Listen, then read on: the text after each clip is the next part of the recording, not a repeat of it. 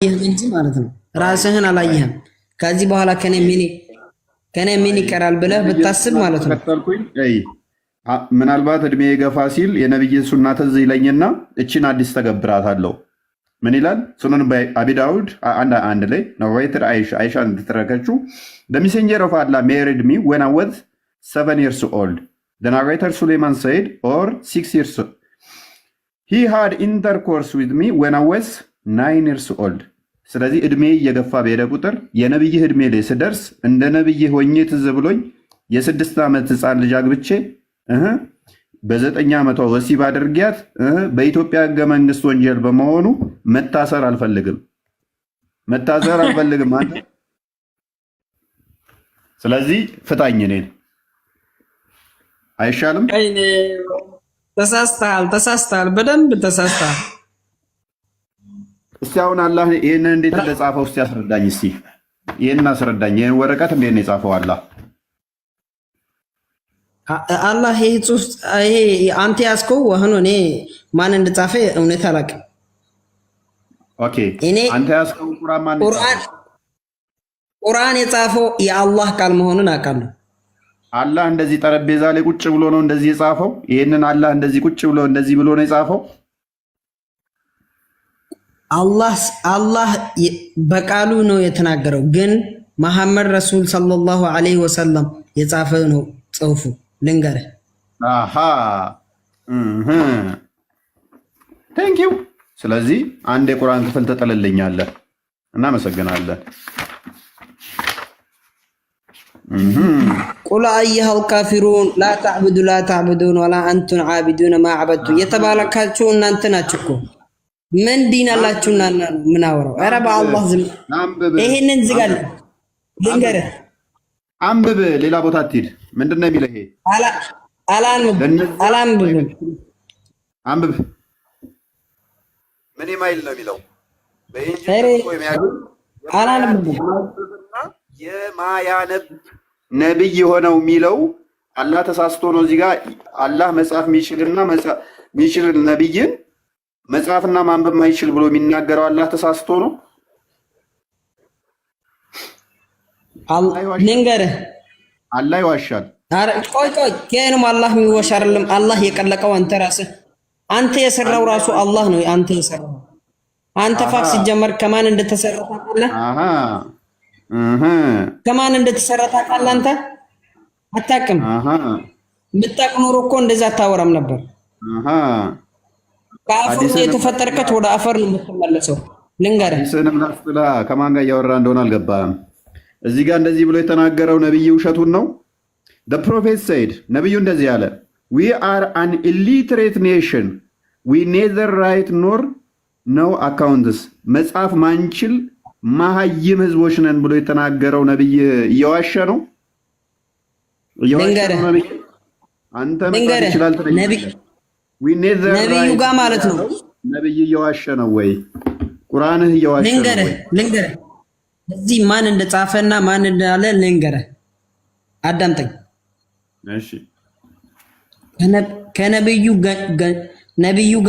ከነብዩ የማይርቅ ሰሃባ ነበረ። ያንን ሰሃባ ነው የሚጽፍለት የነበረው። ማስረጃ ከዚህ ከቁርአን ክፍል ላይ አንድ ጥቅስ ጠይቅ። ከዚህ ላይ አንድ ጥቅስ።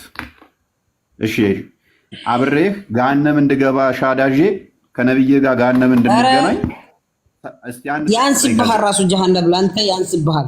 ጀሃነም ያንስብሃል። ጥቅሱን ስጠኝ።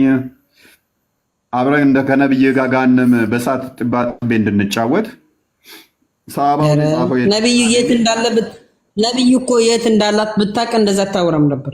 የነብዩ ማወቅ አይደለም የነብዩ እንዴት እንዳለው እንዴት የነብዩ ታሪክ እንዴት ቢኖር ብታውቀው ማለት ነው አታወራም ነበር። እዚህ ቁጭ ብለህ አንድ ጥቅስ የነን የጻፈው ሰሃባው ነው የነብዩ ተከታይ የሚል አንድ ጥቅስ ከቁርአን ላይ ልንገርህ። የኛ ባቲን የራስህም ይዘህ መውረድ አለብህ። በዛው ጀሃነም እንድገባ ማለት ቻው። እኔማ ጀሃነም እንደማልገባ ከቁርአን ላሳየህ እንዴ? ከቁርአንም ላሳየህ ጀሃነም እንደማልገባ ከቁርአንም ላሳየህ። ለምን ትስቃለህ? አስተሳሰብ በጣም ገርሞኝ። ኦኬ I'll show you.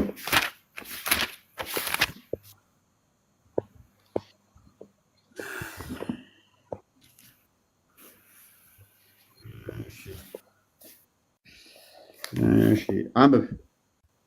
ምን ይላል? አንብባ አንብብ። እኔ በአንተ ላይ ልፈርድብህ እንኳን እችላለሁ። የወንጌል ባለቤቶች በውስጧ አላህ ባወረደው ሕግ ይፍረዱ። ምን ይበሉ? ይፍረዱ። እነኚህ ደግሞ ማን ናቸው? የወንጌል ባለቤቶች ፍርዓውን ናቸው በለው። ፍርዓውን ናቸው። እሺ ፍርዓውን ናቸው ብሎ አንተ የምትከተለው ፍርዓውን ነህ። አንተ የምትከተለው የሚያነቡ ሲሆኑ ወይ ኢንጂልና ተውራት የሚያነቡት እነማን እንደሆኑ ቁርአን ይመልስልህ። ፍርዓውን ነው ብለሃል አንተ። እነርሱ መጽሐፉን የሚያነቡ ሲሆኑ አይሁዶች፣ ክርስቲያኖች እኔ እንደዛ አላልኩም። የፍርዓውን ተከታይ ነህ ያልኩት። ፍርዓውን የሚል ታሳየኛለህ ከቁርአን ላይ። ቁርአንህ ግን አይሁዶችና ክርስቲያኖች ብለው የሚጠቅሳቸው ቁርአንህ ተሳስቶ ነው። እዚህ ጋር ክርስቲያን ማለት ፍርዓውን ማለት ፈልጎ ነው ክርስቲያን ያላቸው።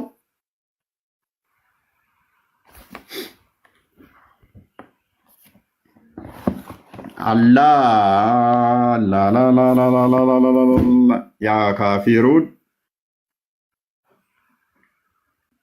እና ምንድን ነው እሱ? እናንተ ሰዎች እንተኛ። ሰዓቱ ቆሶታል ለካ።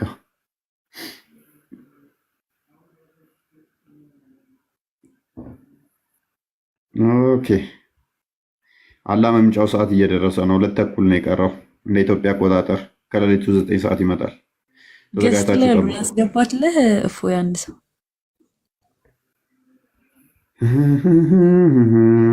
እንድተኛም እያሰብኩ ነው። አንድ ሰው እሺ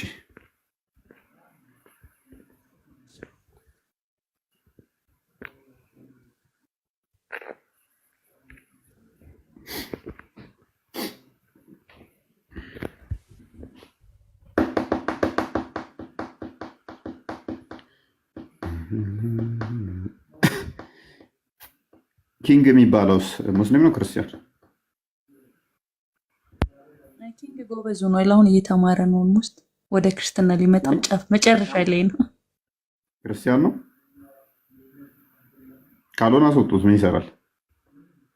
ሰላም እንዴት ነው? እፎይ ሰላም ነው።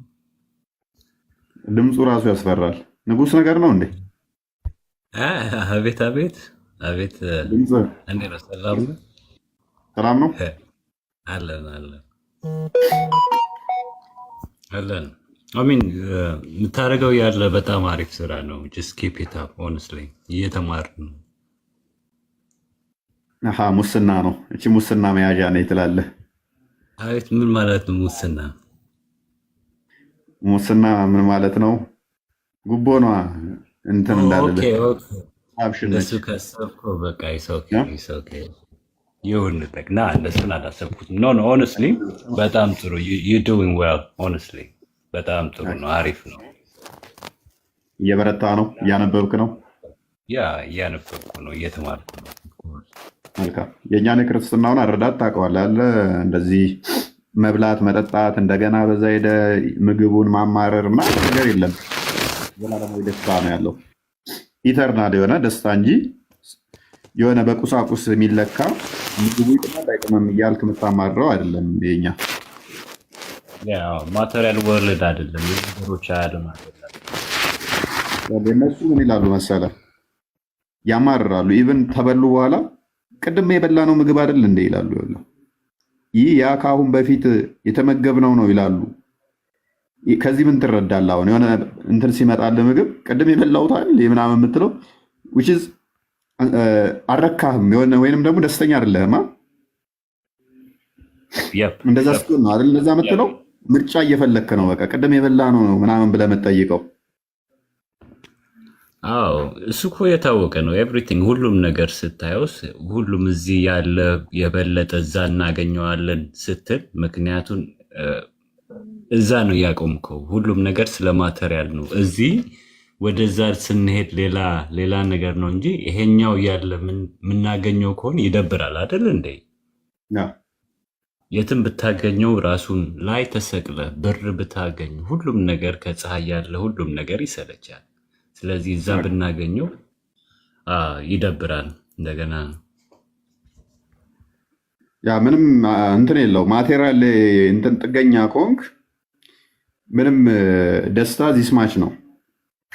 ደስታ በማቴሪያል የሚለካ ከሆነ ከምድሩ በምንም የሚለይበት የለም። አግኝታኝ ከሆነ ኮዶ ስጋዊ ሆነ፣ ሁሉም ነገር ስጋዊ ሆነ። ስጋዊ ደግሞ ይሰለቻል። ከአንድ ቢያቲ በላይ ልትበላ አትችልም። ከሁሉም አለ አይደል? የስጋዊ ከሆነ ይሰለቻል። ያ አሁን እኛ ጀስ መንፈሳዊ ነው፣ ኤቭሪቲንግ መንፈሳዊ ነው እንጂ ስጋዊ አይደለም።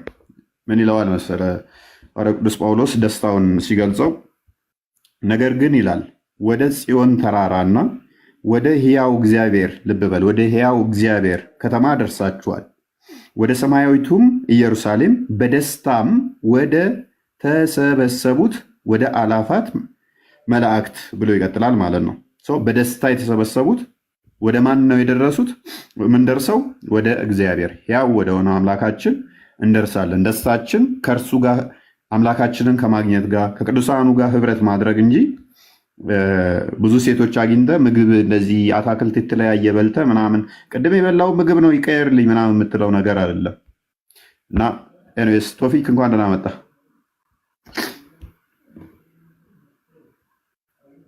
Thank you for the information. Yeah, we can እናገራለን በኋላ ቱርተኒ ኤፎይ ነጋ ከሰን እንደ ከሰን ፈያሚ አፋን ኦሮሞ ነው ደገሳሚ ኤፎይ ነጋዳሚ ገለተ ረቢ ፋታው አመውን እንደው ገሩ ከናፍ አናፋና ማሪፋ ጥቆነ ለከሰ ከን ማጀለቲ ጋፊ ቀብደሞ አኒ ጋፊ ቀባዮ ጋፊ እንከምን ያከም አማርፋን ትፉፊት ወይ አይ ጥያቄ ያለክ ማለት ነው ወይስ የኔ ልጠይቅ? እሺ ጥያቄ ልጠይቅ። በገነቱ ላይ ያለው ነው።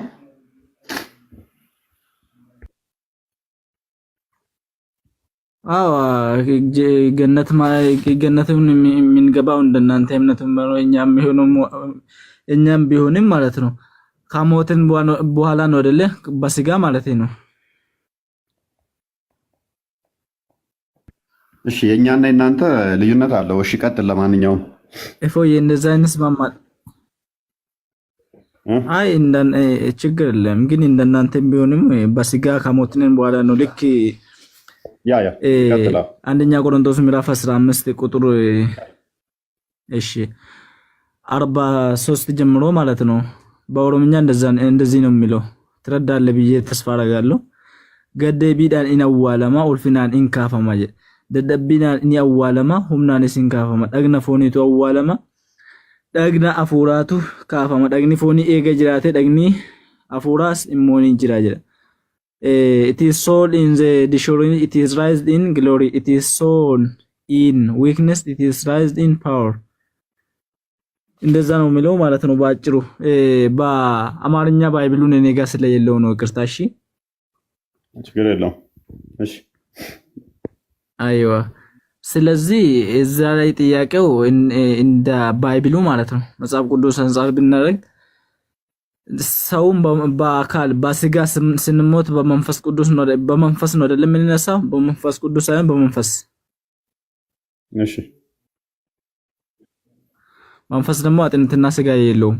ስለዚህ ኢየሱስ ከሞት ተነሳ ተብሎ ሲጠበቅ ሉቃስ ወንጌል ምዕራፍ 24 ቁጥር 39 ላይ ሲናነብ ኢየሱስ ሲነሳ በስጋ ነው የተነሳው። እንደዛውም በላው። ለምን በላው? እሱ ከሞት ስለተነሳ ማለት ነው። እሺ መልካም። ይሄ ነው ጥያቄ ማለት ስጋ እንትና መንፈሱን እኮ አዎ ለምን በላው? ከሞት አልተነሳም ወይስ ለምንድን ነው የበላው? ኦኬ እሺ አንደኛ ቆሮንቶስ ምዕራፍ 15 ላይ የሚነሳው መንፈስ ነው ይላል።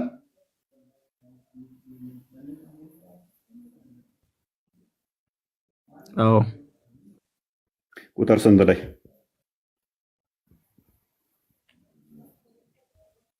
አንደኛ ቆሮንቶስ ምዕራፍ 15 ቁጥር 43 ጀምሮ ማለት ነው። 44 ላይ ነው። ደግነ ፎኒቱ አዋለማ ይላል በኦሮምኛ። ጠግና ፎራቶ ካፈማ ማለት ነው። እንደዛ ነው የሚለው በኦሮምኛ ማለት ነው። ዳይሬክት በአማርኛ ኔጋ ስለሌለው ነው። እስቲ አንብብና አንደኛ ቆሮንቶስ ምዕራፍ 15 ቁጥር 44 ጀምሮ። ኦኬ ቁጥር 43 ጀምሮ እንደዚህ ነው የሚለው በውርደት ይዘራል፣ በክብር ይነሳል፣ በድካም ይዘራል፣ በኃይል ይነሳል። ፍጥረታዊ አካል ይዘራል፣ መንፈሳዊ አካል ይነሳል። ፍጥረታዊ አካል ካለ መንፈሳዊ አካል ደግሞ አለ። እንዲሁም ደግሞ ፊተኛው ሰው አዳም ሕያው ነፍስ ሆነ ተብሎ ተጽፏል። ኋለኛው አዳም ሕይወትን የሚሰጥ መንፈስ ሆነ። ነገር ግን አስቀድሞ ፍጥረታዊ ቀጥሎ መንፈሳዊ ነው። ሶሪ ምን ላይ ነበርኩኝ? እሺ በጣም ጥሩ አመሰግናለሁ። እና መንፈሳዊ አካል ነው አይደለም የሚነሳው? መንፈሳዊ መጀመሪያ አይደለም። የፊተኛው ሰው ከመሬት መሬታዊ ነው። ሁለተኛው ሰው ከሰማይ ሰማያዊ ነው፣ ከሰማይ ነው። መሬታዊ እንደሆነ መሬታውያን የሆኑ ደግሞ መጀመሪያ ዘፍጥረት ሚነፋ ስለዚህ ቆይ የኛው እየነገረን ያለው መጀመሪያ ዘፍጥረት 1:26 ላይ ቆይ እሺ ሄደሽ አይ ችግር የለም። አይ አንተ ልረዳ እኮ ብቻ ነው። መንፈሳዊ አካል አይደለም የሚነሳው ባጭሩ።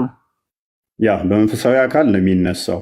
ከትንሣኤ በኋላ ይሄ ነገር የለም። ያንተ ጥያቄ አሁን ምንድነው? እሱ ከትንሣኤ በኋላ ታዲያ ክርስቶስ እንዴት በላ ነው አይደለም ዋና ፎከስ።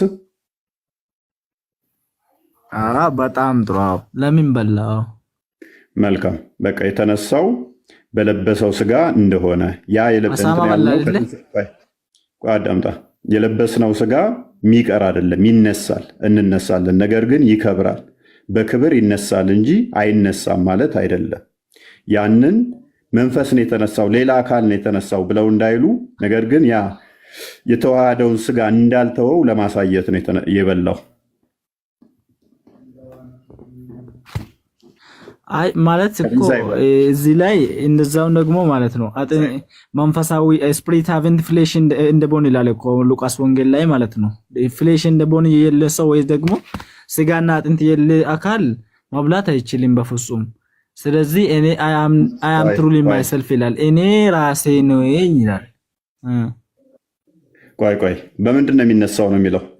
በምን ይዘራል? ምን ይላል? መንፈሳዊ አካል ይነሳል። ሶ መንፈሳዊ አካል ላይ አሁን መንፈስ ራሱ ምንድን ነው?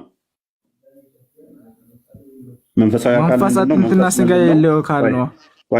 ኖ ማን ያለ መንፈሳዊ አካል ይነሳል ሲል ምን እያለ ነው? ፍጥረታዊ አካል አለ። እንደዛው ካለ ደግሞ አንተ መንፈሳዊ አካል ነህ አይደለም? እንደ እስልምና መንፈሳዊ ነህ አይደለም?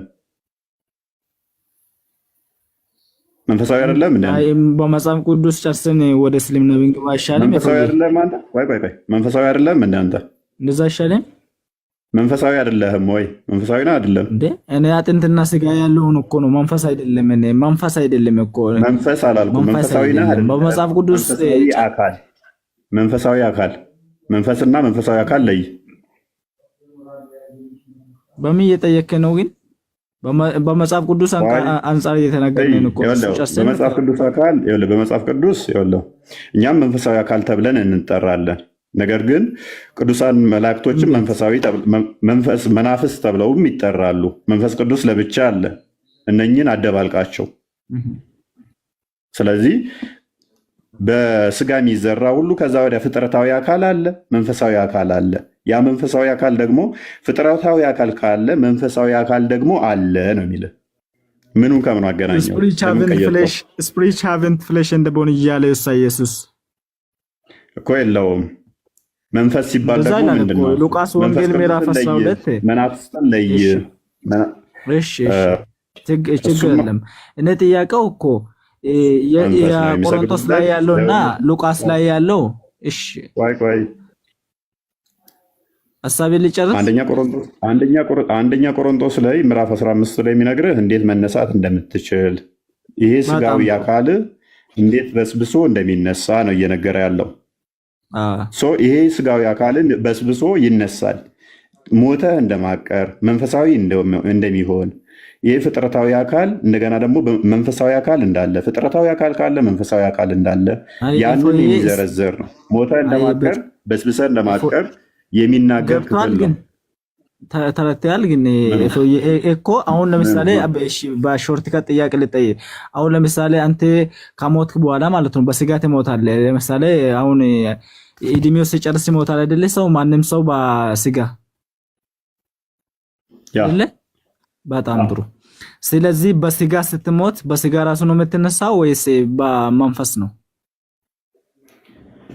ይህንኛው አካል ግሎሪፋይድ ሆኖ በከበረ ከብሮ ግሎሪፋይድ ሆኖ ከዛ በስፕሪች ወይ ደግሞ አዳምጣ። ይሄ ስጋ አይቀርም፣ መቃብር ውስጥ የሚቀር አይደለም። ክርስቶስም የተነሳው ስጋውን ትቶ መንፈሱ ነው የተነሳው የሚል ሀሳብ ውስጥ አትግባ። እንደዛ አይደለም። ስጋውም አብሮ እሱን እንመለሳለን። የኔና የአንተ እንጨርስ እስቲ። አሁን ቆሮንቶስ ላይ ቤዝዶንን የኔና አንተም እንደዛ እኮ አዳምጣ። እየደረብክብኝ ነው። የኔና አንተም ይነሳል። እነኛ አካላቶች ከሞትክ በኋላ በከበረ ስጋ ግን ከብሮ ይነሳል። በማይሞት በማይበሰብስ እንደዛ ከብሮ ይነሳል እንጂ በስጋ ራሱ ነው የሚነሳው። በስጋ ራሱ ነው የሚነሳው። እሺ ይነሳል። በስጋ ራሱ ይነሳል።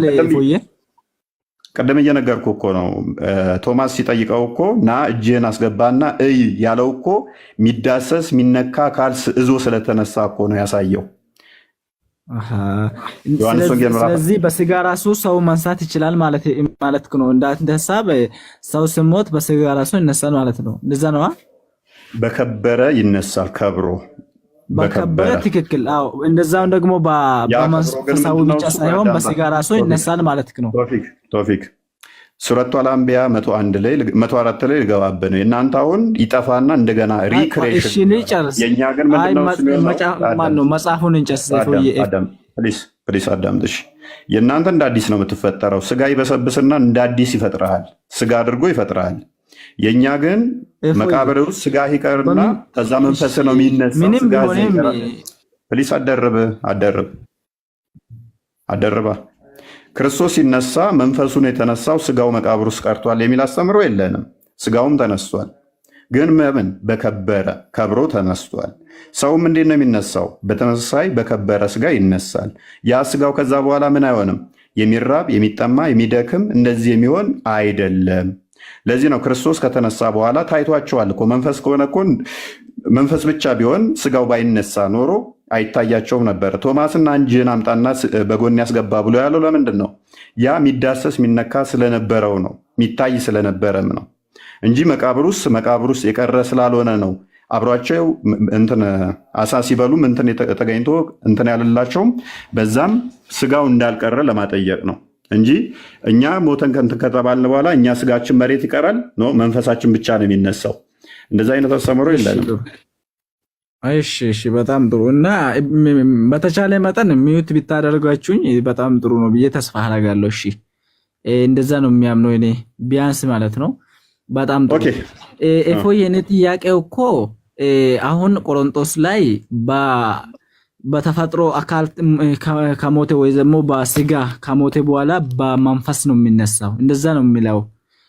ኢየሱስ ደግሞ በስጋ መጥቶ አይ አም ትሩሊ ማይሰልፍ አለው።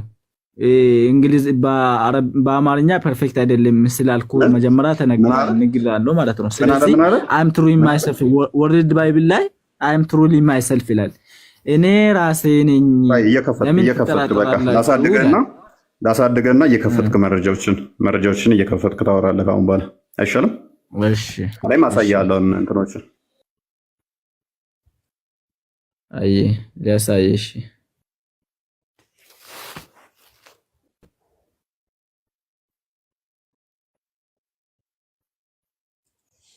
ኦሮምኛ ታነባለህ? አንተን ታነባለህ ብዬ ተስፋ አደርጋለሁ። አማርኛውን አድርገው። እንግሊዝኛሳ? እሺ ቀጥል፣ ችግር የለውም። እንግሊዝኛ። እሺ በጣም ጥሩ ነው። እሺ ሉቃስ ወንጌል ምዕራፍ 14 ነው አይደለ? ለምን 14 ትሄዳለህ? ለምን 14? አዎ እንደዛ ነው። while they were still talking about Jesus himself stood up among them. ምንድን ነው የምታወራው ሰውዬ? አንደኛ ቆሮንቶስ እያወራ ሉቃስ ወንጌል ምዕራፍ 14። እሺ አይ ሉቃስ የገባኩ እኮ ኢየሱስ ትንሣኤ ለማሳየት ብዬ ነው። እሺ ዲያሳይክ አንደኛ ቆሮንቶስ ምዕራፍ 15:44 እሱም አለ። እሺ ያየክ ነው። so will it be with resurrection of the dead resurrection of the dead ትንሣኤ ማለት ነው። the body that sown is perishable, it is raised imperishable. It is sown in dishonor, it is raised in glory. It is sown in weakness, it is raised in power. It is sown in natural body, it is raised in spiritual body. If there is natural body, there is also spiritual body. So that my question is to hear, it is spiritual body. It is sown in spiritual body, it is raised in it is sown in natural body, it is raised in spiritual body. Spiritual body yookaan qaama afuuraatu kaafama jechuudha. Yookaan immoo በመንፈሳዊ አካል ማለት ነው በአማርኛው። ተረድተሃል? እፎዬ ተረድተሃል? ምንድነው ጥያቄ ታዲያ? ጥያቄ ምንድነው እሱ? ጥያቄን ግልጽ አድርግልኝ። ስለዚህ አሁን እኮ it is sown in natural body ይላል እኮ። እሺ በማን ነው? በስጋ አካል አይደለም የሚሞተው። it is sown in natural body, it is raised in spiritual body ይላል። በመንፈስ ነው የሚነሳው ማለት ነው ሰው ከሞተ በኋላ። resurrection after death ከሞተ በኋላ ሲነሳው በምን አካል ነው? spiritual body ነው እንጂ physical body አይነሳም፣ natural body አይነሳም ማለት ነው። ኖ እንደዚህ ነው የሚለው። በውርደት ይዘራል፣ ተለተናል፣ በክብር ይነሳል። ቁጥር 43 ነው አይደል? 44 ነው ጥያቄ 44 ነው። እሺ ይሄ አንብብ 44 ብስቲ ይሄ ራሱ እኮ ባይብል ዳይሬክት ነው። ፍጥረታዊ አካላት ይዘራል መንፈሳዊ። ኦኬ ቀጥል። 44 ላይ ኦኬ ቀጥል። እሺ it is sown in natural body, it is raised in spiritual body ይላል። spiritual body ነው የሚነሳው።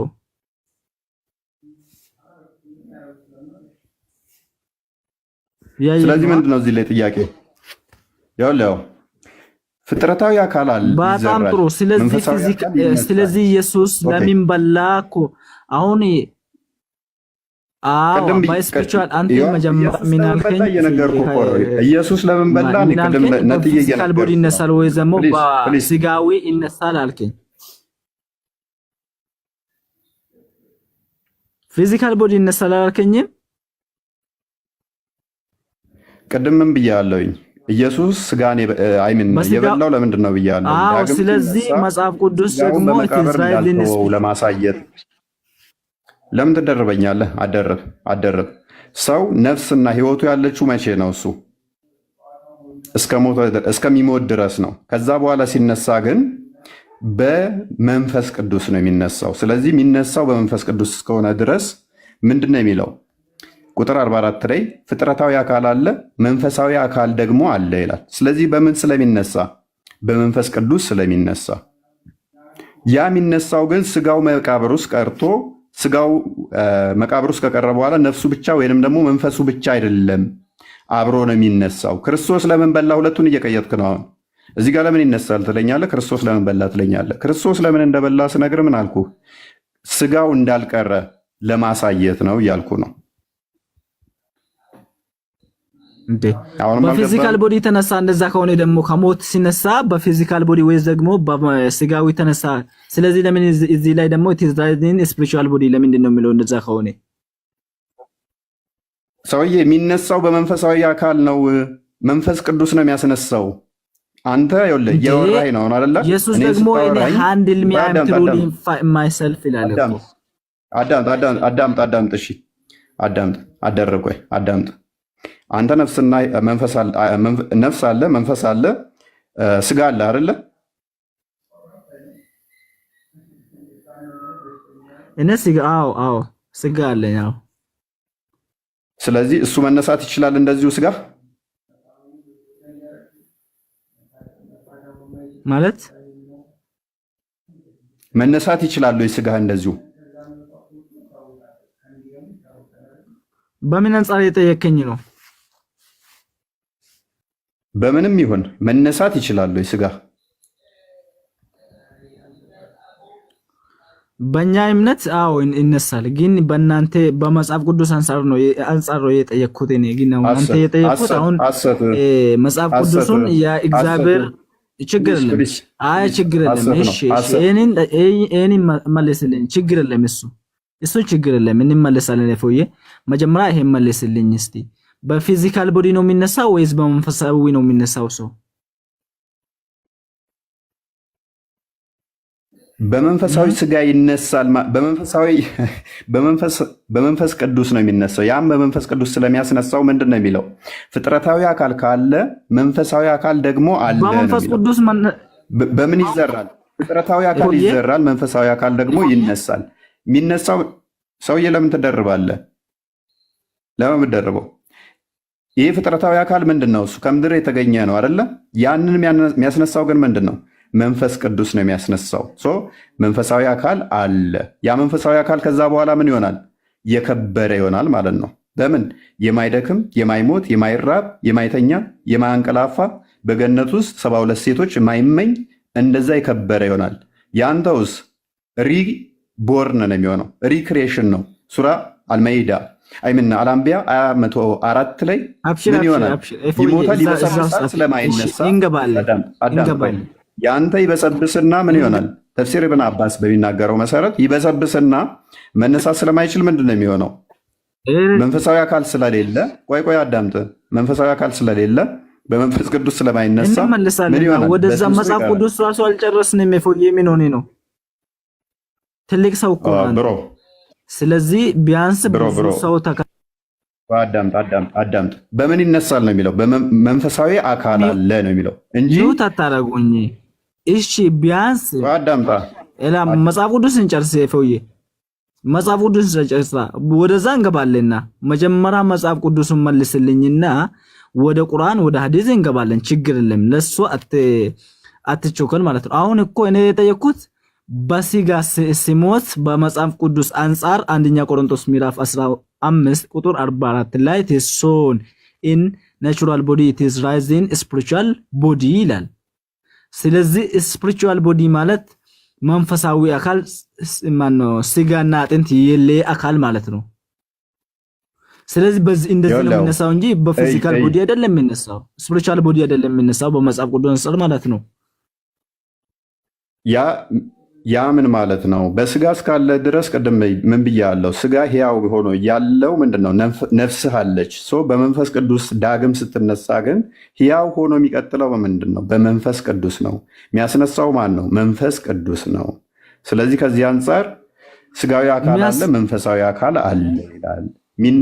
ያ ማለት ግን ስጋ ምድር ውስጥ ይቀራል ወይንም ደግሞ ተነጥሎ መንፈስ ብቻ ነው የሚነሳው፣ ስጋ ይቀራል የሚል የለውም እያልኩ ነው። በጣም ጥሩ። የሚያስነሳና የሚነሳ ተመሳሳይ ነው፣ ልዩ ነው አይደለ? እሺ አንዴ ቆይ መጽሐፍ መጽሐፍ ልክፈትና ወይንም ደግሞ ሜቢ ማይገባ ከሆነ ከመጽሐፍ ላሳየሽ። ይሄንስ አይታይም እንዴ? አይታይም። አሁን እኮ የሚነሳና የሚያስነሳው ልዩነት አለው። የሚነሳው ፊዚካል ቦዲ አዳምጥ ቆይ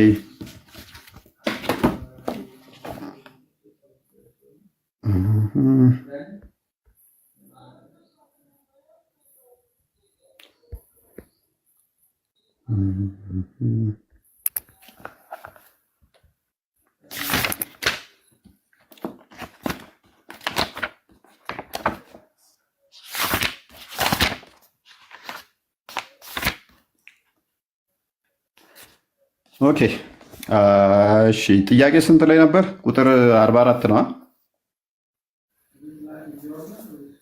ቁጥር ስንት ነው ጥያቄ?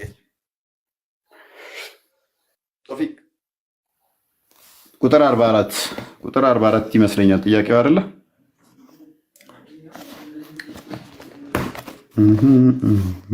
ቁጥር 44 አንድምታችን ምንድነው? እሱ ነፍስ ህይወት ሆናው የሚኖረው በስጋ ካለ መንፈስ ቅዱስ ህይወት ሆኖት የሚኖረው ስጋ ካለ ይላል። ነፍስ ህይወት ሆነው የሚኖረው ስጋ እስከ ሞተ ድረስ የሚኖረው ስጋችን ሲሆን መንፈስ ቅዱስ ህይወት ሆኖት የሚኖረው ደግሞ መቼ ነው? ስጋ ደግሞ በትንሣኤ የሚነሳው ነው ስጋችን ነው። ስጋችን ይቀራል እያልክ ነው። የትኛው አንድምታችን ላይ ነው? እስቲ ስጋችን መቃብር ነው የሚቀረው ከዛ ወደ መንፈስ ቅዱስ ነው የሚነሳው የሚለው ማለት ከየትኛው ትርጓሜ ላይ አግኝተህ ነው? አንድ እስቲ ትርጓሜ አምጣ። እኛ አሁን እናንተ ስንፈስረው በመንፈስ ቅዱስ ይነሳል፣ ያ ስጋችን ይቀራል። እንግሊዝኛ ፍታስ እንግሊዝኛው ክፈት እስቲ። ያው ነው አንደኛ ቆሮንቶስ ምዕራፍ 15 ቁጥር 44 ላይ እንግሊዝኛው እስቲ እንግሊዝኛው ክፈት። አዳምጥ እስቲ እዛ ላይ ክፈት እስቲ አዳምጥ እስቲ አዳምጥና ታወራለህ። በቃ ሜቢ እኔ እያልኩ እየገባ ካልሆነ ስጋችን ይቀራል መንፈሱ ነው የሚነሳው ስጋ አይነሳም የሚል አንድ እስቲ ማብራሪያ አንጣልኝ። እናንተን ቁርአናችሁን ዳቦ እንደቀደደው አፋችን አይደለም እንደናንተ ምንቀደው። አንድ ተፍሲር እንትን አምጣልኝ። እዛ ትንሽ ቢያንስ በፖላይቲ በጥሩ ሁኔታ ብንናገር ጥሩ ነው። ስለዚህ አሁን እዛ የማይሆን ነገር ከሚናገር ይልቅ ይሄ መመለስ አልፈልግኩም ወይስ ደግሞ አልቻልኩም ጥሩ መልስ ነው። እሺ ስለዚህ አሁን እንግሊዝኛው ፊታስ ቆይ አንተ እስቲ እኔ እንዳደረግኩት አሁን እንትን በልና እስቲ ማብራሪያችሁ ስጋችሁ አይነሳም ነው የሚለው። ስጋ መቃብር ይቀራል መንፈስ ነው የሚነሳው ብሏል። ተነጣጥለው የሚቀረው ብሎ የትኛው የቤተክርስቲያን አስተምሮ ነው እንደዛ ብሎ ያስተማረ? ወይንስ ራስ ትርጓሜ ነው?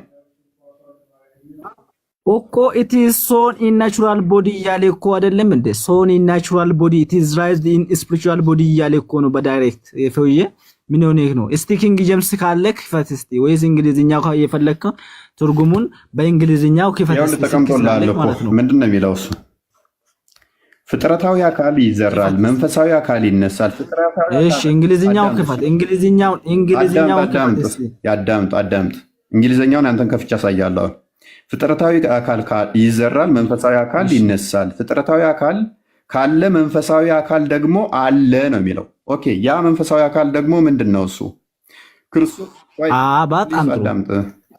የትኛ ነው የሚነሳው ያለ? ይሄ መንፈሳዊ አካል ማን ነው? እሱ ስጋ መንፈስን ተዋህዶ ነው የሚነሳው። ስጋ ቀርቶ መንፈስ አይደለም የሚነሳው። ስጋ ምንን ተዋህዶ ነው የሚነሳው? መንፈስን ተዋህዶ ነው የሚነሳው።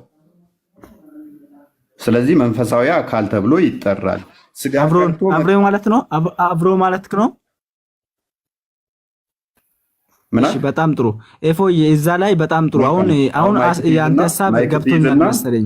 አላህ በነገራችን ላይ በስፐርም ነው የሚቀሰቅሳቸው። ከዛ በኋላ በስፐርም እንደ አዲስ ነው የሚፈጥራቸው። ቆይ ሪክሬሽን ላሳየ የእናንተ ብዙ 7 ሰው በላይ አዳምጥ። ቆይ አዳምጥ፣ አትንጫጫ። አዳምጥ። እንደዛ እንደናንተ መስሎ ከሆነ ፕሊስ አዳምጠኝ። አዳምጥ። ቆይ የእናንተና የእኛ ልዩነት አታደርጉኝ እስቲ በና አዳምጥ። በስፐርም እንደሚቀሰቅስ ላሳየ። በስፐርም እንደሚቀሰቅስ ይባካችሁ ፕሊስ አዳምጥ። ያሰኖፍ ሙታ ሊስን ይባካችሁ አዳምጥ። አልገባ ያለ አሁን ቁርአን ላይ ሲሆን ይገባሃል። ቆይ አዳምጥ። ቁርአን አይደለማ። አዳምጥ። ስጋ ቀርቶ መንፈስ ብቻ ነው የሚነሳው። ለምን እዛ ገባ? ለምን ታርጋ? ቆይ አዳምጥ። ምክንያቱም በስፐርም እንደሚያስነሳ ያንተን ላሳየህ እኮ ነው። ስፐርሙ ብቻ የሚነሳው ስጋ ብቻ ነው የሚነሳው። እሱ ችግር አዳምጥ። በሚውት አታደርጉኝ ባካችሁ፣ በእግዚአብሔራችሁ በኢየሱስ ይሁንባችሁ። አትፈር። አላህ እንዴት እንደሚያስነሳ ሰዎች ይወቁ። እግዚአብሔራችሁን ፍሩ። ቆይ አላህ በስፐርም እንደሚያስነሳ ሰዎች ይዩና ይወቁ። ስለዚህ አትፈር፣ አትሸማቀቅ። ላንብበው አንዴ፣ ሚውት አድርጉት። ምን ይላል? The day this is the day of judgment when we shall roll up the heaven ምን አለ? ይሄ የፍርድ ቀን ነው፣ ሰማይን የምንጠቀልልባት አለ። ምን የምንልባት? የምንጠቀልልባት። እስከዚህ አትፈራለህ እንዴ? ፕሊስ ሊስን። በቀኝ እጃችን ሰማይን የምንጠቀልልባት ነው። ሪከርደር ሮልስ አፕ ሪትን ስክሮል። ጸሐፊው ምን ያደርጋል? ወረቀቱን በቀኝ እጅ ይጠቀልለዋል። አስ ዊ ቢገን ደ ፈርስት ክሬሽን የመጀመሪያው ፍጥረት እንደጀመርን ስሩ ስፐርም ዊ ሻል ሪፒት ኢት በስፐርም እንደጀመር ነው በስፐርም እንጨርሰዋለን እንደግመዋለን ይላል። አላህ በምንድን ነው እሱ የሚቀሰቅሳቸው? በስፐርም ጀምሮ በስፐርም ነው የሚቀሰቅሰው። ፕሊስ አዳምጥ። እኛስ ምንድን ነው ይህንኛው የሚናገረው? ሰው አዳምጥ። ሰው እንዴት እንደሚነሳ ነው። ከዛ በኋላ ይህን ሰው ያወርዱት በቃ በስፐርም በስፐርም እንደሚቀሰቅስ ካወቅ እችኛዋን አያታል። እቺ ስፐርም ትባላለች። ወደ እሷ አትገባ። ለምን ትፈራለህ?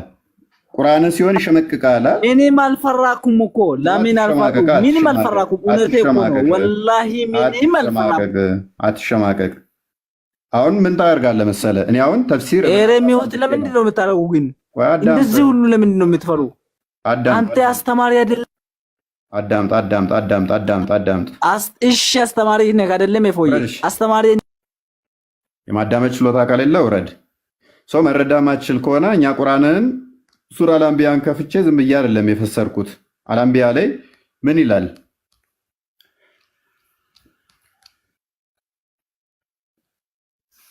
ለመጽሐፉ የሆኑ ገነቶች እንደሚጠቀለሉ ሰማይን የምንጠቀልልበትን ቀን አስታውስ። የመጀመሪያው ፍጥረት ጀመርን እንመልሰዋለን። መመለሱ በእኛ የሆነ ቀጠሮ ቀጠርን፣ እኛ የቀጣሪውን ሰሪዎች ነን ይላል። እንዴት ነው እሱ የሚመልሰው? እንዴት ነው የመለሰው? የምናውቀው ነገር የለም። ስለዚህ ተፍሲር ጋር ሄደን ተፍሲር ምን ይላል? በስፐርም ጀምረነዋል፣ በስፐርም እንጨርሰዋለን ይላል። የእኛስ ምንድን ነው የሚለው? ስለ ፍጥረታዊ አካል ያብራራል። ከዛ በፍጥረታዊ አካል ምን ይላል ነው የሚለው? ይዘራል። ከዛስ መንፈሳዊ አካል ይነሳል። ፍጥረታዊ አካል ካለ መንፈሳዊ አካል ደግሞ አለ።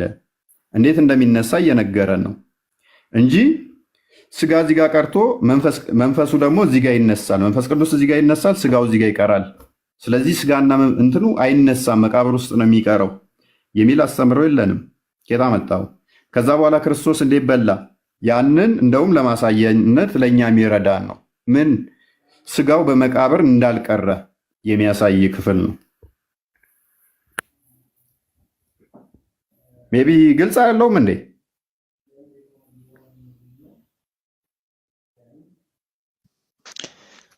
ግልጽ ነው። አይ በጣም ተመልሶለታል። ግልጽ ነው።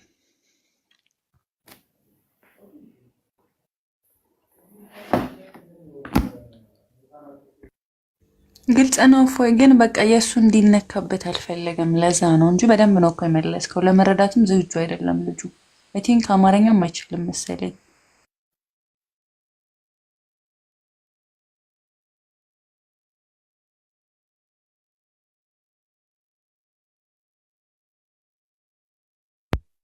ኤኒሃው ተባረክ እፎይ። ሂሩትን ታናግራታለህ ወይስ ትተኛለህ? ደክሞሃል ማለት መሰለኝ።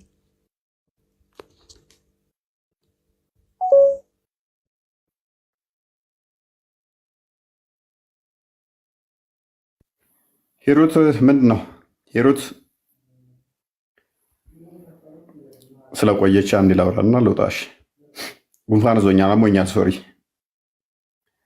ሂሩት ጥያቄ ነው?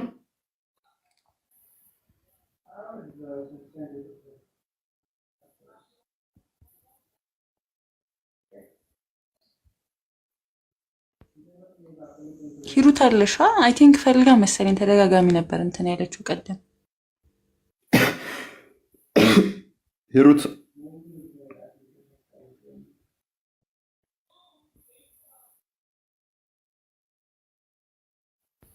ሂሩት አለሽ? ታይ ቻንስሽን ተጠቀሚ፣ ግድ የለሽም። በቃ በሷ ቦታ ሰሚራ ልቀበላት። እፎይ ማን ሰሚራ? ሰሚራ ሁሴን ልካለች እና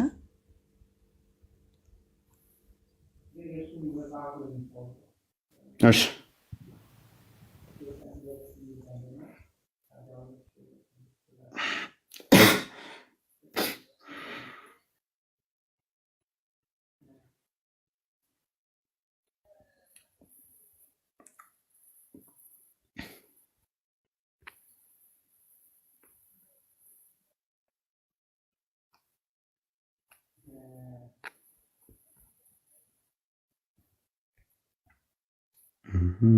የለም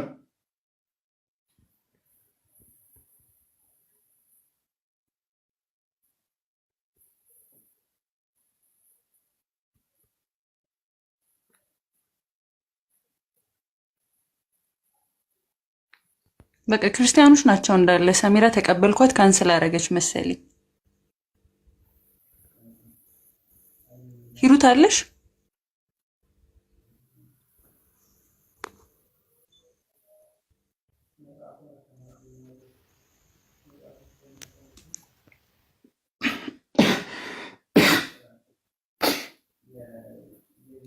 ሰፊያ ሰላም እፎይ፣ ደህና ዋለ። እንዴት ነህ? ስፖርት ጥሩ ነው አሉ። ጉንፋን አያስይዝም። ይሰማል? ይሰማል።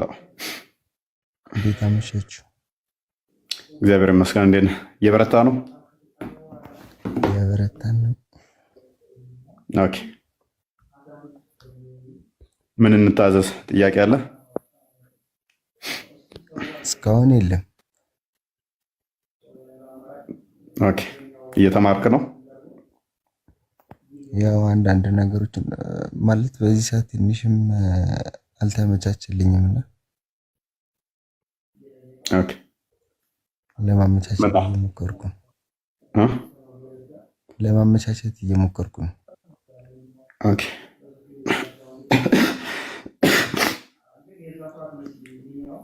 በርታሽ። ጥያቄ ሲኖር ጠይቃቸው።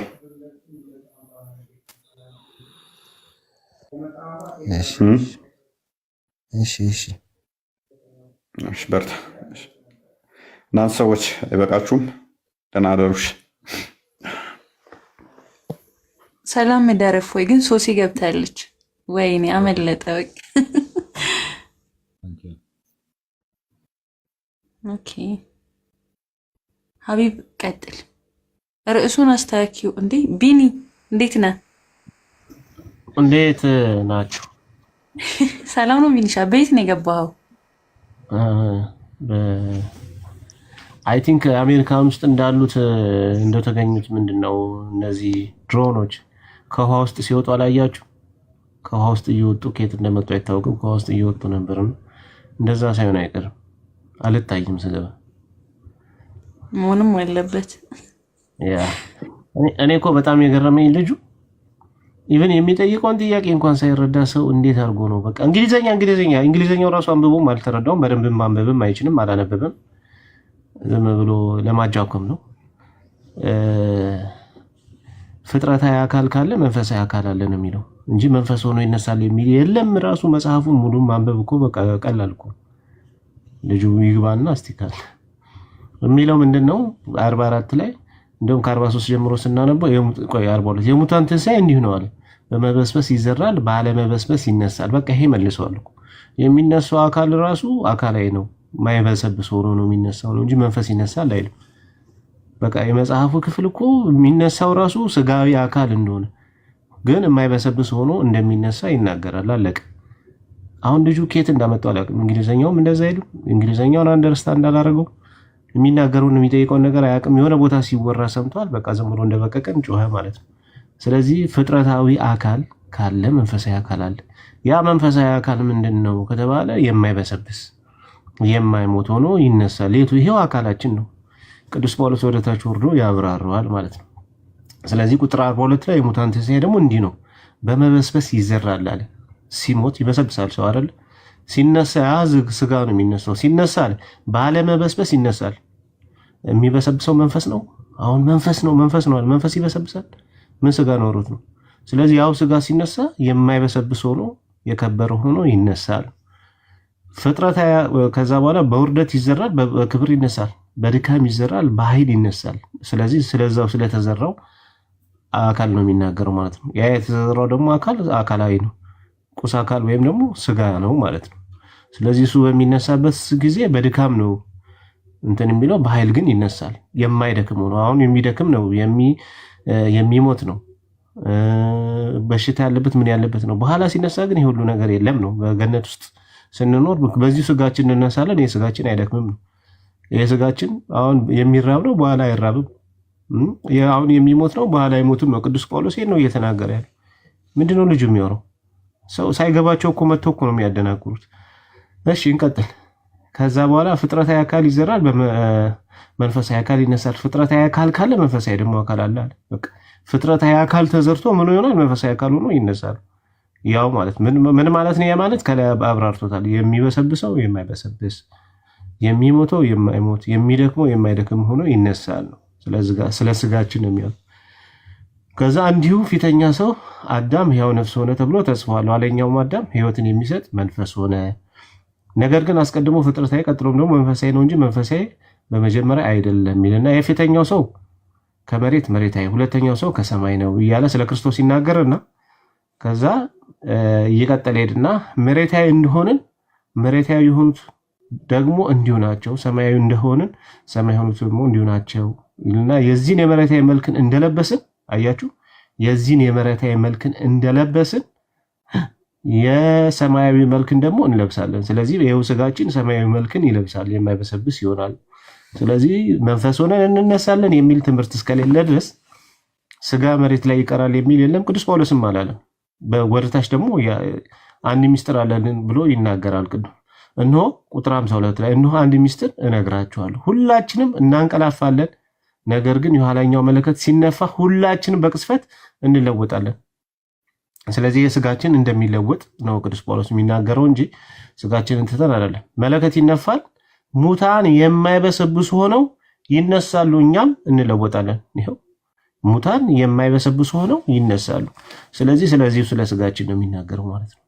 ይኸው ስጋ በከበረ እንደሚነሳ የማይበሰብስ ሆኖ እንደሚነሳ ሙታኖች በምድር ላይ ያሉት ደግሞ ያልሞቱት በህይወት ክርስቶስ ሲመጣ በህይወት ያሉት ክርስቶስ ሲመጣ በህይወት እንዳሉ እንደሚመጣ ይናገር የለ ክርስቶስ ዓለም ሳይ እንትን ሲል ለማጥፋት ሲል ሰው ሁሉ ሞቶ ካለቀ በኋላ አይደለም እንደ እስልምና ቅድም እንደተባለው ሁሉንም ገሎ አጥፍቶ ምናምን በስበር መቀስቀሱ አይደለም የሚመጣው። ሰው ሁሉ በምድር ላይ ስራውን እየሰራ ክርስቶስ እንደ ሌባ ስለሚመጣ ማለት ነው። ሲመጣ የዛኔ ያሉት ደግሞ እነሱ ደግሞ እና ልክ እንለወጣለን አለ። ያ የሚበሰብስ ስጋችን የማይበሰብሰውን መልክ ይለብሳል፣ በቅስፈት እንለወጣለን አለ። ከዛ ይሄ የሚበሰብሰው የማይበሰብሰው ሊለብስ፣ ይሄ የሚሞተው የማይሞተው ሊለብስ ይገባዋልና ስለዚሁ ስጋችን ነው የሚነሳው። ይሄ ስጋችን ሲነሳ በማይሞት በማይበሰብስ ሆኖ ይነሳል ነው የሚለው። አለቅ ምንድነው ለማጭበርበር እንግሊዘኛውን አልገባውም እኮ ልጁ እና አንዳንዴ እዛ ጋር እኮ እሱ ሌላ የፈለገው ቦዲ የምትሏን ቃል አልገባውም። እዛ ጋር ቦዲ ይላል። እዛ ጋር በስጋ ይነሳሉ የሚለውን እዚህ ጋር እኮ በስጋ ይነሳሉ የሚለውን አሁን እሱ ልጁ አሁን ያልገባው አካል የሚለው ነገር አልገባውም። እዛ ጋር ነው ትንሽ ጥያቄ የፈጠረበት መሰለኝ። መንፈሳዊ አካል የሚለውን ነው እሱ በቃ መንፈሳዊ አካል የሚለውን ሰው መንፈስ ሆኖ ይነሳል ብሎ ተረዳ። ኤግዛክትሊ በቃ ፖይንቱ እሱ ነው። አካል የለውም በቃ መንፈስ ሆኖ ብቻ ነው የሚነሳው። ስለዚህ ክርስቶስ መንፈስ ሆኖ መነሳት አለበት። አካል ምናምን ካለው ከዚህ ከቅዱስ ጳውሎስ አስተምሮ ጋር ይጋጫል ብሎ ለማለት ነው ፈልጎ ነው፣ ግን አይልም እንደዛ። ፖይንቱ እሱ ነው። ግን አግሪመንቱ ቀላል ነው። ለምሳሌ አሁን እንደዛ ላይ አንብቦለታል። ሁሉም ትንሣኤ አካላችን ከቀድሞ አካላችን ጋር የማይመሳሰል ቢሆንም አዲስ የተለየ ይሆናል ይላል። እንደውም ሲናገር እዚህ ጋር ሲፈታው ከእንግዲህ ሞትም መበስበስም የማይነካን ዘላለማዊ እንሆናለን ይላል። ከዛም የትንሣኤም አካል ተፈጥሯዊ ብቻ ሳይሆን ለዘላለም ከእግዚአብሔር ጋር ለመኖር የሚያስችለን መንፈሳዊ ብቃት ያለው አዲስ አካል እንለብሳለን ይላል። ያ በመበስበስ የነበረው ቅስፈታዊ አንተ ቀደም ያልከው ታች ያደረከው እሱ ነው። በቃ ፖይንቱ ቅስፈታዊ እንለወጣለን የምትሏን ነገር ልጁ እዛ ጋር አልገባውም። አሁን እሱ መንፈሳዊ አካልና መንፈስን ለይቶ አላየም። እሱ የሚለው መንፈስ ብቻ ነው እንዲህ ደመንት አድርጎ ያስቀመጠው ማለት ነው። ያ ደግሞ አዲስ አካል የሚለውም ይሄ የሚበሰብሰው የማይበሰብሰው ነው እንጂ ይሄኛው አካላችን ቅርጹን ምናምን ይቀይራል የሚል አይደለም። በቃ አዲስ አካል ሲባል አሁን ምድር ላይ ከምናውቀው በተለየ መልኩ ድካም የማይሰማው ሞት የማይስማማው ኃጢአት የማያውቅ እግዚአብሔርን የሚያመሰግን የተቀደሰ ማለት ነው። ያው ክርስቶስን እንለብስ የለ በጥምቀት ክርስቶስን መስለን አይደለም የምንነሳው? ልክ እንደዛ ማለት ነው። እንደ ክርስቶስ ማለት ነው አይደል? እንደዛ ሆነን እንነሳለን። በቃ ይሄ ነው ዋናው ሐሳብ። እና ለማንኛውም አንድ መስመር ይዞ መጥተው የሆነ ቦታ ላይ ሲወራ የሰማውን ይዞ መጥቶ ሳይገባው አንዳንዴ ሰዎች ሳይገባቸው ሲጠይቁ ታውቃለህ። በደንብ የገባቸው ደግሞ ሰዎች ጥያቄያቸው በደንብ የተብራራና የገባችሁ ይሆናል። ከዛ አንጻር ነው የኔ ሀው። እነሱ መንፈሳዊ አካል መንፈስ ብሎ ነው ያስተማራቸው ታውቃለህ። ለዛ ነው እሱ አይዳሰስም መንፈስ ነው አይታይም የሚለውን እንደውም ሲገባ አጥንት የለውም አይደል ይላል። መንፈስ አጥንት የለውማ ይላል። ምን ሊልፍ እንደፈለገ ራሱ ገብቶኛል። መንፈሳዊ አካልና መንፈስን አላየን። ክርስቶስ እኮ ይህን ይናገረዋል። በእኔ እንዳለ በመንፈስ እንደዚህ የለምና ብሎ ይናገራል። ሰውኛ መንፈስ አለው መንፈሳዊ አካል ይዘን እንነሳለን እንጂ መንፈስ አንሆንም። ይሄ የማይታይ የማይዳሰስ ምናምን እንደ ክርስቶስ አንሆንም እኮ እኛ አሁን በሰማይ ስንለወጥ ማለት ነው። ይሄ የሚታይ የሚዳሰስ ምናምን ሰውነትን ይዘን የምንነሳው መንፈስ ሆነንም አንነሳም። ግን መንፈሳዊ አካል ይዘን እንነሳለን። መንፈሳዊ አካል ሲባል ኃጢአት የማይስማማው ማለት ነው። በመንፈስ ቅዱስ የታደሰ የማይሞት ድካም የሌለበት በቃ ይሄ በምድር ላይ ስጋ የሚያስቸግረውን ነገር እሱ ላይ የሌለበት ፍጹም ሆኖ ይነሳል ነው። በቃ ከዛ ዘላለማዊ ማለት ነው። ዘላለማዊ ሆነን እንነሳለን እና የማይሞት በቃ የስጋችን አይሞትም። ይሄ ስጋችን ነው ግን አይሞትም ማለት ነው። እነሱም እኮ እንደዛ ብለው ነው የሚያምኑት። በነገራችን ላይ በገነት ውስጥ አንበላም አንጠጣም ምናምን አንሞትም ምናምን ብሎ ያላል። መጸዳዳት ሁሉ የለም በላብ ይወጣልናል ይላሉ። በነገራችን ላይ ላብ ይወጣል እነሱ ጋር ማለት ነው። እንደዚህ አይነት ነገር እኛ ጋር የለም። ስለዚህ መንፈሳዊ አካል ሲባል መንፈስ መሆን ማለት ነው የሚል ትርጓሜም የለም፣ አስተምሮም የለም። ቅዱስ ጳውሎስም እንደዛ ብሎ አላስቀመጠም። መጽሐፉን ሙሉን አለማንበብ፣ አለመረዳት፣ ሰዎች የተናገሩትን ብቻ የሆኑ አንዳንድ ሰዎች ሲናገሩ ጫፍ ይዘው የሚመጡ አሉ ሳይገባቸው። ከዛ አንጻር ነው ልጁ የመጣው እንጂ ምንም ለጥያቄ እንኳን ለአቅመ ጥያቄ የሚበቃ አይደለም። በጣም ያሳዝናል። የሚጠይቀው ጥያቄና የሚመለስለት መልስ ራሱ የማይገባው ኢቨን የጠየቀው ጥያቄ ራሱ አልገባው። ዝም ብሎ ስጋ ቦዲ ይላል። አብዛኛው እዚህ ያሉት ሙስሊሞች ከዚህ እንዲማሩ ነው የምፈልገው እኔ። የሚጠይቁትን ጥያቄ እንኳን አንደርስታንድ አድርጉ ፕሊዝ።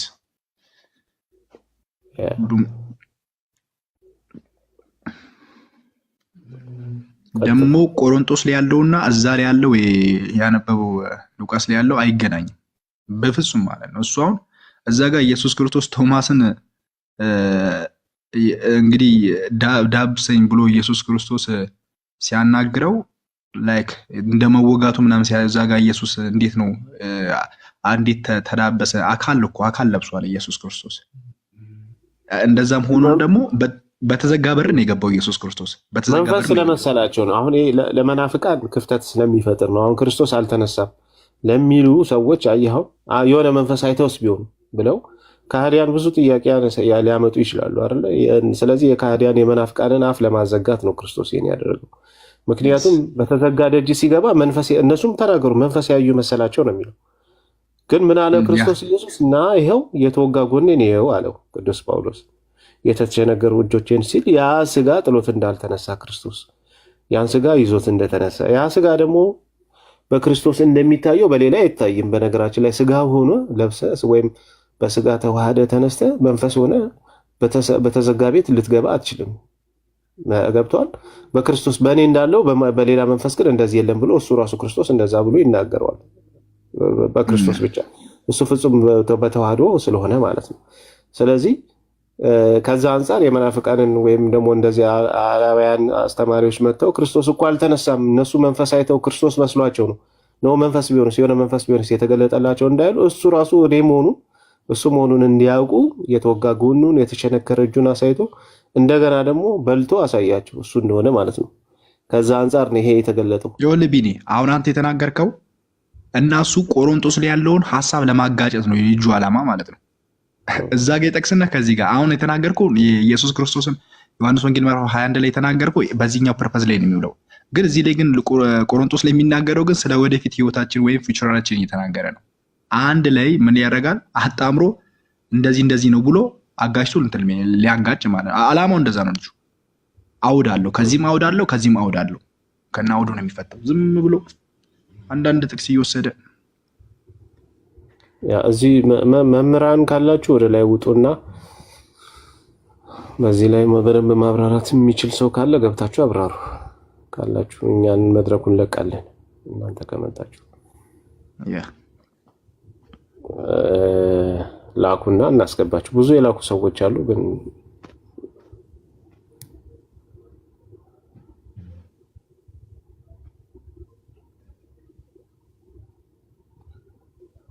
ሂሩት ካለሽ ገስት ላኪሽ። ይቅርታ ባለማወቅ ነው የወረድሽው። መምህር የሚመስል ሰው ላስገባ እስቲ። ለምን ይታወቃል? አይላኩ መምህር ነኝ የሚል አንድ ቁጥር ይጻፍና እናስገባቸው። የቤተክርስቲያን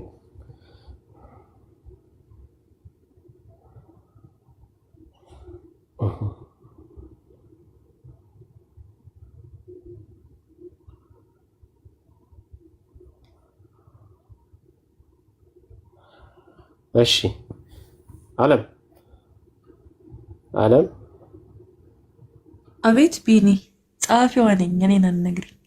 አለም ነው ያልኩት እኮ ድምጿ እንድታሰማ ነው። አንቺ አለም ነሽ እንዴ?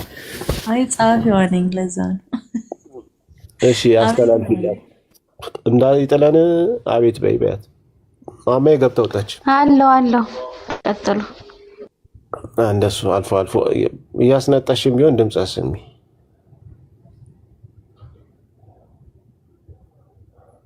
ርዕሳችሁ ምንድን ነው? በነገራችን ላይ እነሱ ያው ቅድም ያሳየው እነሱ የሚነሱበት መንገድ ያው የሚቀሰቀሱበት መንገድ ሱረቱ አንቢያ 104 ላይ ያለውን ያሳያችሁ ነበርና እንግዲህ በዘር ፈሳሽ በስፐርም ነው። ይቅርታ አድርጉልን እንደዚህ ብለን ስንናገር፣ ግን ያው ከባድ ነው። እንደዚህ ነው እንግዲህ ፍጥረታትን በሱ እንደጀመረና አይዶን ነው እሱም ራሱ ጥያቄ ያለው በኋላ ላይ በመጨረሻውም ዘመን ደግሞ በሱ እንደሚቀሰቅሳቸው ይናገራል። እና ከአላህ አርሽ ስር ነው ያለው ይሄ ህይወት የሚሰጥ ሰውን የሚቀሰቅስ መቼም የአላህ ነው። መቼም ከአላህ የተለየ አይሆንምና ላይክ ሲመን ብሎ ያስቀምጠዋል። የወንድ የዘር ፈሳሽ የመሰለ ነገር ከአላህ አርሽ ስር አለ። በመጨረሻው ዘመን ሰዎችን በሱ ነው የሚቀሰቅሰው። እሱን ያፈሳል፣ ምድርን በጠቅላላ ያጥለቅልቃል። ከዛ በኋላ እንደ እንትን ይበቅላሉ። እንደ ክሮፕ ምንድነው ከመሬት ላይ እንደሚበቅለው ያንተን የወንድ የዘር ፈሳሽ የሚመስለው ነገር ሲነካው ሙታኖች በጠቅላላ በዛ ይቀሰቀሳሉ ይላልና እንግዲህ አምላካቸው ህይወት የሚሰጠው የራሱ ይሁን አይ ቲንክ የራሱ ነው ሊሆን የሚችለው። እንግዲህ የዘር ፈሳሽ ሰዎች ሁሉ የተፈጠሩት ደግሞ ከዛ ነው። ፍጥረታትን በዛ ነው መፍጠር የጀመርኩት እና በቂያማ ቀን በዛ ደግሞ ድጋሚ ሪክሬት አደርጋቸዋለሁ እንደ አዲስ ፈጥራቸዋለሁ በዛ ብሎ ይናገራል። ይሄ ማለት እንግዲህ አላህ ህይወት የሚሰጠው በምንድን ነው? በዘር ፈሳሹ ነው ማለት ነው። ስለዚህ ሊትራሊ ጣዖት ነው ማለት ነው። ሰውን ራሱ የፈጠረው ከሱ በተገኘ ሊትራል በሆነ ፈሳሽ ነው ማለት ነው። የወንድ ምናልባት እንግዲህ አምላክ ስለሆነ በወንድ የዘር ፈሳሽ ብቻ መፍጠር ይችላል። ግን ያ ዘር ፈሳሽ እንዴት ነው? ኬት ነው የመጣው? ኬት ነው የሚወጣው? ከሱ ነው የሚወጣው። ያ የዘር ፈሳሹ ሰውን የሚቀሰቀሰው ህይወት የሚሰጠው ይመለካል። አላህ አርሽ ስር ያለው ይመለካል። እሱስ አምላክ ነው። ህይወት የሚሰጥ ከሆነ አምላክ ነው። በነገራችን ላይ አይደል የዘር ፈሳሽ ያለ የዘር ፈሳሽ መቼም ያለ አይደለም እንደማይሉን ተስፋ እናደርጋለን። ከአርሹ ስር ነው ያለው። ከአርሹ ስር ያለው ነገር ሁሉ የሱ ነው። ባለቤት እሱ ነው ሊሆን የሚችለው።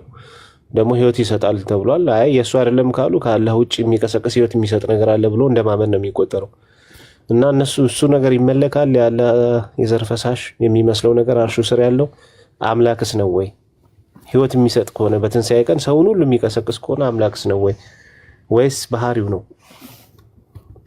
ባህሪው ነው ብሎ ይንገሩ ነው የአላህ ስፐርም ባህሪው ነው ብሎ የሚነግሩን ከሆነ ጥያቄ እናነሳለን። ልክ እንደ ሰው ነው፣ አካላዊ ነው ማለት ነው አለ። ወንድ ልጅ ስፐርም እንደሚያመነጨው ይቅርታ የዘር ፈሳሽ እንደሚያመነጨው አላህም ያመነጫል ማለት ነው። አካላዊ ነው። አላህን የሚመስለው የለም ምናምን ወይም አካላዊ አይደለም እንደ ሰው አይደለም የሚሉት ይኸው ከሰው ጋር ቢያንስ የሚመሳሰል እንግዲህ ብዛት ሊኖረው ይችላል። ይሄን ሁሉ ቢሊየን ህዝብ የሚቀሰቅሰው ጎርፍ ሊሆን ይችላል። ግን እንዴት ነው? እንደውም ይሄን ጥያቄ ነው የምንጠይቃቸው። እስቲ ሙስሊሞች ግቡና ከአላህ አርሽ ስር የሚፈሰው የዘር ፈሳሽ ማሜ ግባ አሳዩ ለምትሉ ግባና እናሳያለን። የዘር ፈሳሹ ባለቤት ራሱ አላህ ነው። አዎ እየጻፍክ ነበር ራሱ አላህ ነው። ከፈለክ ማስረጃ እናሳያለን። ግባ ታች ነው ግን ሱረቱ አንቢያ ላይም አለ። እንደገና ደግሞ መሐመድም የተናገረው ሐዲስ አለ ማለት ነው። ችግር የለም። እሱ ባለቤቱ አላህ ካልሆነ ታዲያ ማን ነው? እሱ እኮ ነው እንደውም የፈጠራቸው በዘር ፈሳሽ ነው። ግልጽ ነው አለ እኮ ቁርአን ላይ አለ። የሚቀሰቅሳቸውም ደግሞ በረዛው በዘር ፈሳሹ ነው። ይህ ዘር ፈሳሹ የማን ነው አይባልም። መቼም የማመድ ነው አንልም። ቀጥታ ከማን ጋር ነው? ሊትራሊ ፈጣሪ ሆኖ ያስቀመጠው በዛ እንደፈጠረ ሁሉ በዛው ነው የሚቀሰቅሳቸው ማለት ነው። የስፐርሙ ባለቤት ራሱ ማን ነው? ራሱ አላህ ነው። በነገራችን ላይ ሀቢብ የዘር ፈሳሽ ብቻ ስፐርም ሚሊዮን ተውና የዘር ፈሳሽ በለው ችግር የለም። ትንሽ ኦፌንድ እንዳያደርጋቸው። የዘር ፈሳሹ ብቻም ሳይሆን አላህ ጋር ያለች ማህፀንም አለች። በነገራችን ላይ አፈጣጠሩ ሊትራል ነው። ልክ ሰው እንደሚፈጠረው ነው የፈጠረው ማለት ነው። ማህፀንም አለ። በነገራችን ላይ አላህ አርሽ ስር ያለች ማህፀን አለች፣ ወይም ደግሞ ከአላህ ጋር የምትከራከር ማህፀን አለች። እንግዲህ የወንድ የዘር ፈሳሽ አለ፣ አላህ ዘንድ ማህፀን አለች። ስለዚህ አፈጣጠራቸው ሊትራል ነው። ማን ላይ ነው? ያቺስ ማህፀን ምንድነው የምታደርገው? አላህን የምታናድደው፣ አላህን የምታበሳጨው። ሐዲስ ላይ ነው ያለው። በነገራችን እሱ በግልጽ ሐዲስ ላይ ተቀምጧል። አላህ ዘንድ ማህፀን ያለችው ሱረቱ መሐመድ 47:22 ላይም ኢብን ከቲር አስቀምጦታል። ያቺ ስለዛች ማህፀን ሲናገር እንዲሁም በጣም አላህን ታበሳጨዋለች፣ አላህን ትጎትተዋለች፣ ልብሱን ሁሉ ትጎትታለች ምናምን ነው የሚለው። ልብስ ሁሉ አለው አላህ። ስለዚህ በቃ ሊትራል ሰው ነው ማለት። ልብስ ይለብሳል፣ የዘር ፈሳሽ ያወጣል ምናምን፣ ከጎኑ ማህፀን ልክ ጫማ የምትለካካለች ምናምን፣ ልብሱን እየጎተተች የምታናድደው ምናምን አላህ የሚያወራት ማለት ነው። እና ግቡና እስቲ በአላህ አርሽ ስር ያለው የዘር ፈሳሽ የማን ነው? ህይወት የሚሰጥ ሰውን ሁሉ የሚቀሰቅስ ከሆነ አምላክ ነው ወይ? ከአላህ ውጭ ህይወት የሚሰጥ አለ ወይ ብለን እንጠይቃቸዋለን።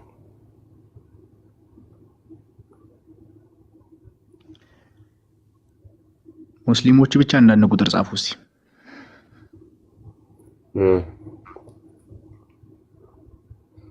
መግባት የሚፈልግ አንዳንድ ቁጥር ይጻፍ።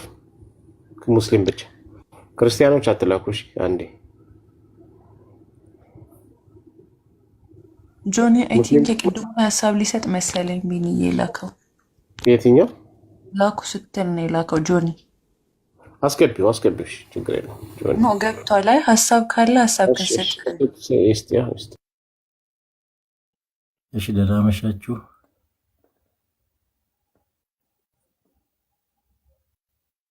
እግዚአብሔር ይመስገን። ቀጥላባት። ደህና መሻችሁ። ድምጼ ይሰማል?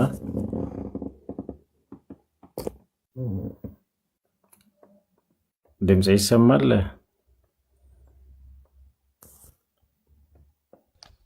ይሰማል። እሺ በጣም እኔ እንኳን መምህር አይደለሁም፣ እንደው ሀሳብ ለመስጠት ነው። አንዳንድ ጊዜ ቅድም የገባው ልጅና አሁን የገባው ትንሽ ልዩነታቸውን ቢያንስ ያሁኑ ትንሽ የሚያነብ ይመስላል እና አንዳንዶቹ እንዴት አይነት ብሬን ዎሽ እንደተደረጉ እና ምን እንደተባሉ ምን እንደተነገራቸው በዚህ ዓለም ላይ እነሱ የሚከተሉት እምነትና ያ ግለሰብ ወይም ደግሞ እነሳ ያ ማህበረሰብ ብቻ ያለ የሚመስል ወይም ከጫካ የወጡ አይነት የሚመስል አነጋገር ነው እና በጣም ያሳዝናል። ወደ 700-900 ሰው እየተከታተለ የሚሰጠው ሀሳብ ድርቅ ያለ ምንም ማስረጃ ማረጃ አያመጣም። ድርቅ ብሎ ብቻ እሱ የሚከተለው የበላይ እንደሆነ ብቻ ትክክል እንደሆነ ብቻ ወይም የሌላውን መናገር የእነሱን ትክክል የሚያደርግ የሚመስል አይነት ነገር ሲናገሩ በጣም ያሳዝናል። እኔ ጊዜያችሁን አልወስድም። ከታችኛ እየተማርኩ ነው። በጣም ላመሰግናችሁ እወዳለሁ። በጣም ትልቅ ስራ እየሰራችሁ ነውና እግዚአብሔር ይስጥልኝ። ለመጀመሪያ ጊዜ ነው እዚህ ላይ የገባሁትና እንዴት እንደሚወረድም አላውቅም። አውርዱኝ። እግዚአብሔር ይስጥልኝ።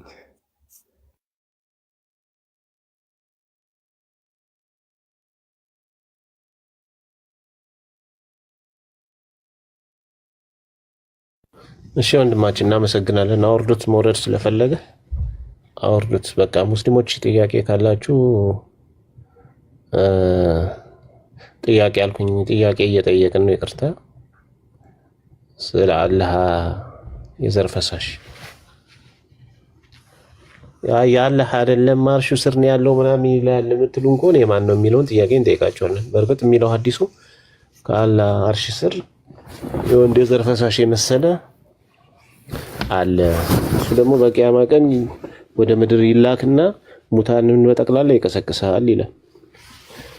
ስለዚህ ከዛ አንጻር ነው ጥያቄያችን። ምንድነው ይሄ የዘር ፈሳሽ የማን ነው? ህይወት የሚሰጠው ምን ስለሆነ ነው? ምን ስለሆነ ነው ሙታንን የሚቀሰቅሰው? ይሄን መልሱልን። ሙስሊም ብቻ የላካለ?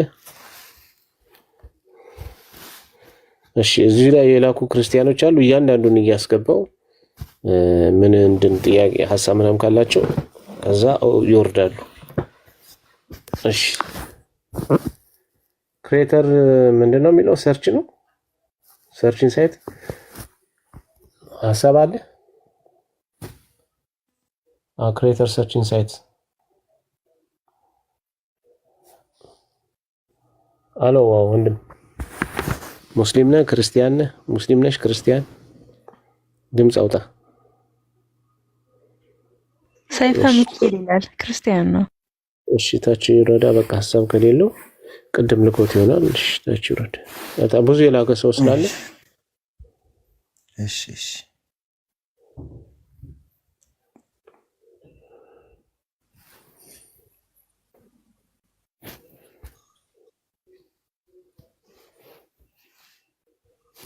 እሺ እያስገባ ሁሉንም ልስማቸውና ከዛ አዲስ እንዲልኩ ሙስሊሞች ውጡ የምትሉ ሙስሊሞች እሺ እየገቡ አይደለም ብዙ ነው የላኩትና እሺ ከላይ ጀምሮ እያስገባው አንዳንድ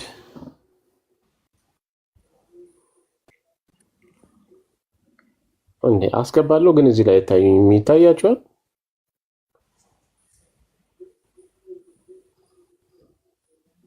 እሺ ሌሊ ነኝ እየዞረ ነው ገና ኔት ይዟቸዋል ነው እንዴ ማክሲመም ይለኛል እኮ ደግሞ ለካ ሞልቷል። አብይ ገብቷል። አብይ ነው ሮቢኒ ማነው? እሺ አብይ አይ እኔ ክርስቲያን ከሆነ ሐሳብ ካለው እንትን ይበል። አብይ ሀበሻ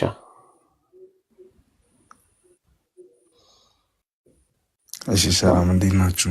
አብይ ሀብትሽ ይቅርታ እንዴት ነህ? አለሁ እግዚአብሔር ይመስገን። እግዚአብሔር ይመስገን። አይ እኔ እምነቴ ኦርቶዶክስ ነው። እሺ እየተከታተልክ እየሰማ ነበረ ነው ያለው ነገር ያው ደስ ይላል።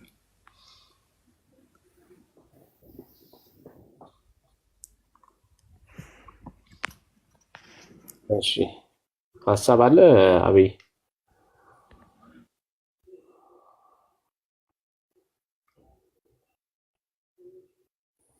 አልሰማም። እሺ ወረደ። ኦኬ ሙስሊሞች ካልገቡ እንግዲህ ሐሳብ ያላቸው ክርስቲያን ሊሊ ነይ ግቢ።